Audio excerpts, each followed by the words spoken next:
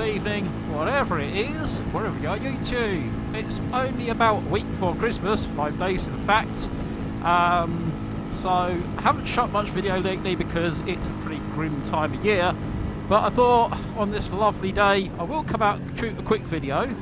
I appreciate the camera lens is going to get covered in mist very quickly, so I'll keep it as brief as I can.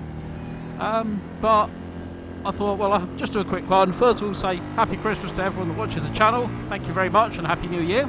We're going to have plenty coming up next year, including a lot from this bike, but that will come apparent later. But there is something that, obviously, at this time of year, especially as people are going out a bit less because of COVID and things like that, it becomes apparent that people are going to spend a lot of time on social media. And unfortunately, social media is extremely prolific in fake news and people using it to push particular agendas, often in ways that are really not clear. So I've seen this video coming up, or this photo, of the delivery robots. Seen this photo a number of times and people saying, look how stupid, they're charging, and there's a couple of them, an electric car or an electric bus using a diesel generator. How dumb, how stupid, still comes from diesel, still comes from fuel. Except it's not dumb at all. So basically there's some really sound principles. I won't go into the engineering of it because it would just bore everyone silly, but basically car engines are a total compromise and something that's quite painful to admit for a car enthusiast, a bike enthusiast. They're an absolutely awful way of propelling a vehicle. Why do I say that? Well, it's simple.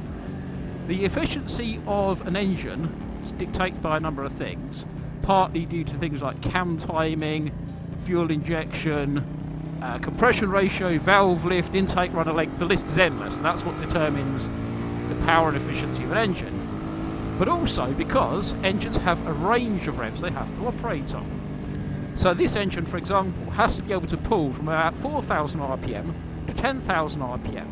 But only one RPM range is actually going to be correct for the cam profile and the tune of the engine. So everything is a compromise. Every aspect of this engine is heavily compromised to allow it to work over a wide range. As a result, it's not efficient as it could be. Now a generator is. A generator will only run at one standard RPM range. They don't sit the throttle up and down as such. They might vary their throttle loading, but they always aim for the same governed RPM. That's why they just go and that's the end of it. So that allows all of that engine to be optimised for the lowest fuel consumption possible for its load. There is also, have a wipe the visor there, I don't know if that's going to help the camera or not, there is also one other factor. As much as it pains me to admit it as a car and bike enthusiast, the piston engine is an absolutely awful way of driving a vehicle. And there's multiple reasons for this. First of all, the engine is almost never operating at its key efficiency zone. So right now we are probably only turning 18 or 19% of the fuel we're burning into actual forward motion. Most of it's being used as noise and heat and vibration, all the other things that engines produce. So we're wasting most of our fuel. The other thing, as soon as you come to a stop, you have a mismatch between the engine, whose peak power and torque is fairly high up the rev range, and a stationary vehicle. So you have to create even more friction and heat and kinetic energy basically pulling away by blending those two together. But also, when you're standing still, you have no efficiency because every last droplet of fuel you're using is being wasted. Well, that's fine. We'll do stop-start. Problem with that, it's good for fuel consumption, but it's bad for emissions. Well, how can stop-start be bad for emissions? Simple. For a modern stop-start vehicle with a catalytic converter, that catalyst needs to be many hundreds of degrees. I believe it's around 600 C, but I'd need to check that to be absolutely sure. To actually work. Doesn't work when it's cold at all. Doesn't do anything. So that very hot catalytic converter is going to drop off what's called its strike temperature very, very quickly. Furthermore to that, you've been driving around town, so it's not actually very hot anyway, because you haven't been using much load, the engine hasn't been producing as hot a flame front for that, and nothing is working efficiently. So actually, it's a bit of a greenwash, and I hate that term, but that's what it is. So, how is it, aside from the fact that piston engines are not actually suited to driving a vehicle at all, whereas an electric motor that gives all of its torque from a standstill is, so when you're asking the highest load, at standstill it produces the highest amount of torque, and therefore is very, very efficient. So why else is it?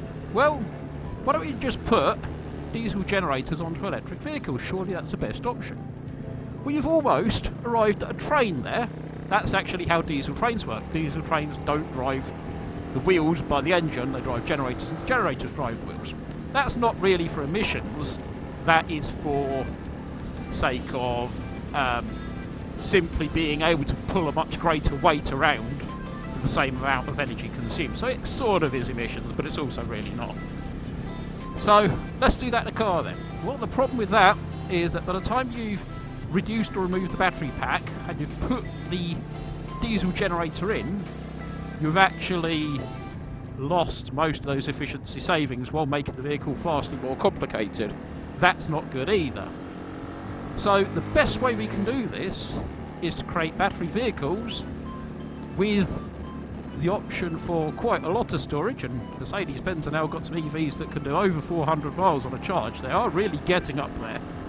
But also, we then have the option of charging via solar, wind, renewables in general, as technology moves on.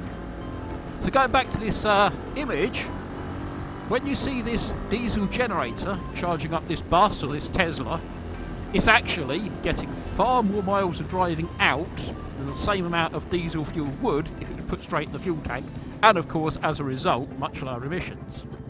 There is also one other element in the room, and that is this photo in particular is actually from the outback in Australia, and that's not a diesel generator, but they're purely to charge electric cars. Now, I only have this from a second-hand source, but apparently these are used as pop-up fuel stations in some of these transient communities that move around for mining and various other things like that. So that is basically a diesel tank with a pump, so you can fill up your diesel car, truck, whatever, and also a generator attached so you can charge up an electric car. In that context, it makes a lot of sense. Of course, the people that are posting these posts have an agenda, which is for some reason to rubbish electric cars and to somehow prove their system is better, even though it isn't. And so, of course, that critical information is left out. You've got to look at these photos and say, what is this? And in that instance, it's just a photo of a car being charged off a generator. But there you go. That's a tiny, tiny bit. I won't go into the endless numbers. I have looked through them, and all I can tell you is that if you are charging an electric car from a diesel generator, you are actually going to be getting around the equivalent of 150 miles per gallon, and that's in a vehicle with the performance of something like a Tesla. No petrol engine vehicle in the world can rival that. And of course, less fuel burn with less emissions. But yeah, everyone has an agenda, and basically the internet is full of liars. Don't believe everything you see. But there you go, that's just a little rant.